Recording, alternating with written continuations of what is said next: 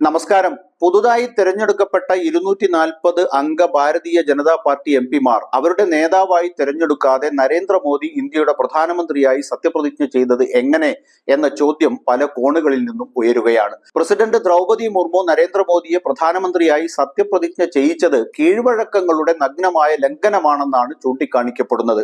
ബിജെപിയുടെ parliamentary party നേതാവായി നരേന്ദ്രമോദി തെരഞ്ഞെടുക്കപ്പെട്ടിട്ടില്ല എന്നാണ് വിമർശനത്തിന്റെ കാതൽ. മോദിയെ എൻഡിഎയുടെ നേതാവായി തിരഞ്ഞെടുക്കുന്നതിന് പുറമെ ബിജെപി എംപിമാർ തങ്ങളുടെ നേതാവായി തെരഞ്ഞെടുത്തിരുന്നുവോ എന്ന് മോദിയെ ക്ഷണിക്കുന്നതിന് മുമ്പ് പ്രസിഡന്റ് ദ്രൗപദി മുർമു ഉറപ്പാക്കണമായിരുന്നു എന്നാണ് വിമർശകർ മുന്നോട്ട് വയ്ക്കുന്നത്. 2014 മോദിയുടെ പേര് LK അദ്വാനി നിർദ്ദേശിക്കുകയും മുരളി മനോഹർ ജോഷി, സുഷമ സ്വരാജ്, വെങ്കയ്യ നായിഡു, അരുൺ ജെയ്റ്റ്ലി, നിതിൻ ഗഡ്കരി എന്നിവർ പിന്തുണയ്ക്കുകയും ചെയ്തുകൊണ്ടാണ് നരേന്ദ്രമോദി ബിജെപിയുടെ പാർലമെന്ററി പാർട്ടി നേതാവായത്. 2014 ബിജെപി പാർലമെന്ററി പാർട്ടി മോദിയെ നേതാവായി തെരഞ്ഞെടുത്തതിന്റെ ഉദാഹരണം 2024 കൈവിട്ടുപോയത് എന്തുകൊണ്ടാണെന്ന് അവർക്ക് വിശദീകരിക്കാനാകുന്നില്ല. പ്രധാനമന്ത്രിയായി സത്യപ്രതിജ്ഞ ചെയ്ത് സർക്കാർ രൂപീകരിക്കാൻ രാഷ്ട്രപതി ക്ഷണിക്കുന്ന ആൾ ആരായാലും അയാൾ ആ പാർട്ടിയുടെ പുതുതായി തിരഞ്ഞെടുക്കപ്പെട്ട ലോക്സഭാ എംപിമാർ അടങ്ങുന്ന അവരുടെ പാർലമെന്ററി പാർട്ടിയുടെ നേതാവായി തെരഞ്ഞെടുക്കപ്പെടുന്ന പ്രക്രിയയിലൂടെ കടന്നു പോകണം. നമ്മുടെ റിപ്പബ്ലിക്കിന്റെ ശക്തിയും മഹത്വവും സാക്ഷ്യപ്പെടുത്തുന്ന ഒരു സുപ്രധാന ഘടകമായ ഒരു ഗവൺമെന്റിന്റെ രൂപീകരണവുമായി ബന്ധപ്പെട്ട ഒരു പ്രത്യേക അനിവാര്യതയാണിത്. നമ്മുടെ റിപ്പബ്ലിക്കിന്റെ തലവൻ എന്ന നിലയിൽ ബന്ധപ്പെട്ട ലെജിസ്ലേച്ചർ പാർട്ടി തിരഞ്ഞെടുക്കുന്ന നേതാവിനെ ക്ഷണിക്കുന്നതിനുള്ള കീഴ്വഴക്കം കർശനമായി പാലിക്കുകയും രാഷ്ട്രപതി തന്റെ തീരുമാനത്തിന് പിന്നിലെ യുക്തിയെക്കുറിച്ച് രാജ്യത്തെ അറിയിക്കുകയും ചെയ്യേണ്ടതായിരുന്നു. ഇക്കാര്യത്തിൽ പ്രസിഡന്റ് മുർമു തന്റെ മുൻഗാമികളായ R വെങ്കട്ടരാമൻ, KR നാരായണൻ എന്നിവരെ പോലെ ഭൂരിപക്ഷം ഉറപ്പാക്കാൻ കഴിയാത്ത പാർട്ടികളുടെ നേതാക്കളെ ക്ഷണിക്കാനുള്ള തീരുമാനത്തിന് പിന്നിലെ ശക്തമായ ന്യായവാദം വിശദമാക്കി പത്രക്കുറിപ്പുകൾ ഇറക്കിയതുൾപ്പെടെ അവർ കാണിച്ച ഉജ്ജ്വല മാതൃക പിന്തുടരേണ്ടതായിരുന്നു. 1994 ഹാപ്പർ കോളിൻസ് പ്രസിദ്ധീകരിച്ച മൈ പ്രസിഡൻഷ്യൽ ഇയേഴ്സ് എന്ന പുസ്തകത്തിൽ വെങ്കട്ടരാമൻ ഇതിനെക്കുറിച്ച് എഴുതിയത് ഇങ്ങനെയാണ്: 8ാം ലോക്സഭയിൽ 400-ലധികം സീറ്റുകളുള്ള രാജീവ് ഗാന്ധിയുടെ നേതൃത്വത്തിലുള്ള കോൺഗ്രസിന് ഏറ്റവും വലിയ ഒറ്റക്കക്ഷി എന്ന നിലയിൽ സർക്കാർ രൂപീകരിക്കാൻ ആവശ്യമായ ഭൂരിപക്ഷത്തെക്കാൾ വളരെ താഴെ 194 സീറ്റ് മാത്രമേ നേടാനായുള്ളൂ എന്ന് 1989 9ാം ലോക്സഭയിലേക്കുള്ള പൊതു തെരഞ്ഞെടുപ്പിന്റെ ഫലങ്ങൾ കാണിക്കുന്നു.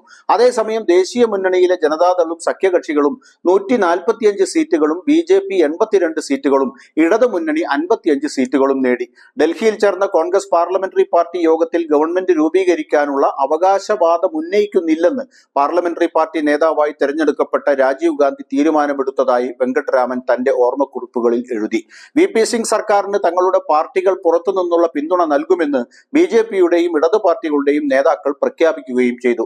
ഇതിനെ തുടർന്ന് ഒരു സർക്കാർ രൂപീകരണവുമായി ബന്ധപ്പെട്ട് വിവിധ രാഷ്ട്രീയ പാർട്ടികളുടെ നിരവധി നേതാക്കളുമായി കൃത്യമായ ചർച്ചകൾക്ക് ശേഷം 1989 ഡിസംബർ 1 വെങ്കട്ടരാമൻ തന്റെ തീരുമാനവും VP സിംഗിനെ പ്രധാനമന്ത്രിയായി സത്യപ്രതിജ്ഞ ചെയ്യാൻ ക്ഷണിച്ചതിന്റെ കാരണവും രാജ്യത്തെ അറിയിച്ചുകൊണ്ട് ഒരു പത്രക്കുറിപ്പ് പുറത്തിറക്കി. വെങ്കട്ടരാമൻ സ്ഥാപിച്ച മാതൃകയുടെ വെളിച്ചത്തിൽ മോദിയെ സർക്കാർ രൂപീകരിക്കാൻ ക്ഷണിക്കാനുള്ള പ്രസിഡന്റ് മുർമുവിന്റെ തീരുമാനം നിരവധി ചോദ്യങ്ങൾ ഉയർത്തുന്നുണ്ട്. ഏറ്റവും വലിയ ഒറ്റകക്ഷിയായ BJPയുടെ NDAയുടെ നേതാവ് എന്ന നിലയിൽ മോദിയുടെ പദവി അവർ പരിഗണിച്ചോ എന്നതാണ് ഇവിടെ ഉയരുന്ന പ്രസക്തമായ ചോദ്യം. BJPക്ക് സ്വന്തമായി ഭൂരിപക്ഷം ലഭിച്ചില്ല. NDAയുടെ ഭാഗമായി മാത്രമാണ് ഭൂരിപക്ഷം കടന്നത്.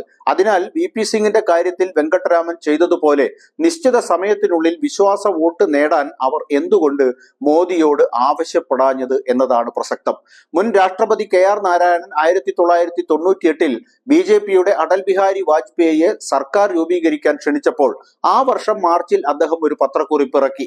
തെരഞ്ഞെടുപ്പ് കഴിഞ്ഞപ്പോൾ വാജ്പേയിയുടെ പാർട്ടി ഏറ്റവും വലിയ ഒറ്റക്കക്ഷിയായിരുന്നു. NDA സഖ്യകക്ഷികളുടെ പിന്തുണയോടെ അവർക്ക് ഭൂരിപക്ഷം നേടാനാകും. സ്ഥിരതയുള്ള സർക്കാർ രൂപീകരിക്കുമെന്ന് ഉറപ്പു നൽകാനും തൃപ്തിപ്പെടാനും നാരായണൻ NDA സഖ്യകക്ഷികളോട് വാജ്പേയിക്ക് പിന്തുണയറിയിച്ച് കത്തുകൾ നൽകണമെന്ന് നിർബന്ധിച്ചു. രാഷ്ട്രപതി പ്രധാനമന്ത്രിയെ തെരഞ്ഞെടുക്കുന്നത് ഭൂരിപക്ഷ പിന്തുണ ലഭിക്കുമെന്ന പ്രധാനമന്ത്രിയുടെ അവകാശവാദത്തെ അടിസ്ഥാനമാക്കിയുള്ളതാണ്. പ്രധാനമന്ത്രിയായി സത്യപ്രതിജ്ഞ ചെയ്യാൻ ഒരു പാർട്ടിയുടെ നേതാവിനെയോ പാർട്ടികളുടെ കൂട്ടുകെട്ടിനെയോ ക്ഷണിക്കാമെന്നും നിശ്ചിത കാലയളവിനുള്ളിൽ വിശ്വാസ വോട്ട് തേടാൻ അവരോട് ആവശ്യപ്പെടണമെന്നും നാരായണൻ പോലും ജനങ്ങളെയും രാജ്യത്തെയും അറിയിച്ചത് വ്യക്തമാണ്. വെങ്കട്ടരാമനും നാരായണനും സ്ഥാപിച്ച മുൻവിധികളും കീഴ്വഴക്കങ്ങളും പ്രസിഡന്റ് മുർമു മോദിയെ സർക്കാർ രൂപീകരിക്കാൻ ക്ഷണിച്ചപ്പോൾ ഒരു രീതിയിലും പാലിച്ചിട്ടില്ലെന്ന് വ്യക്തം. BJPക്ക് ഭൂരിപക്ഷം ലോക്സഭാ സീറ്റുകളും ലഭിച്ചിട്ടില്ലെന്ന വസ്തുത വ്യക്തമായി അറിയാവുന്നതിനാൽ നിശ്ചിത സമയപരിധിക്കുള്ളിൽ വിശ്വാസ വോട്ട് തേടാനും അവർ അദ്ദേഹത്തോട് ആവശ്യപ്പെട്ടില്ല. പ്രസിഡന്റ് മുർമുവിന്റെ ഭാഗത്തു നിന്നുള്ള ഇത്തരം നടപടികൾ നമ്മുടെ ജനാധിപത്യത്തിനും ഗവൺമെന്റ് രൂപീകരിക്കാനുമുള്ള ഭരണഘടനാ പദ്ധതിക്കും നല്ലതല്ല എന്ന് മാത്രം ഇപ്പോൾ പറയാം.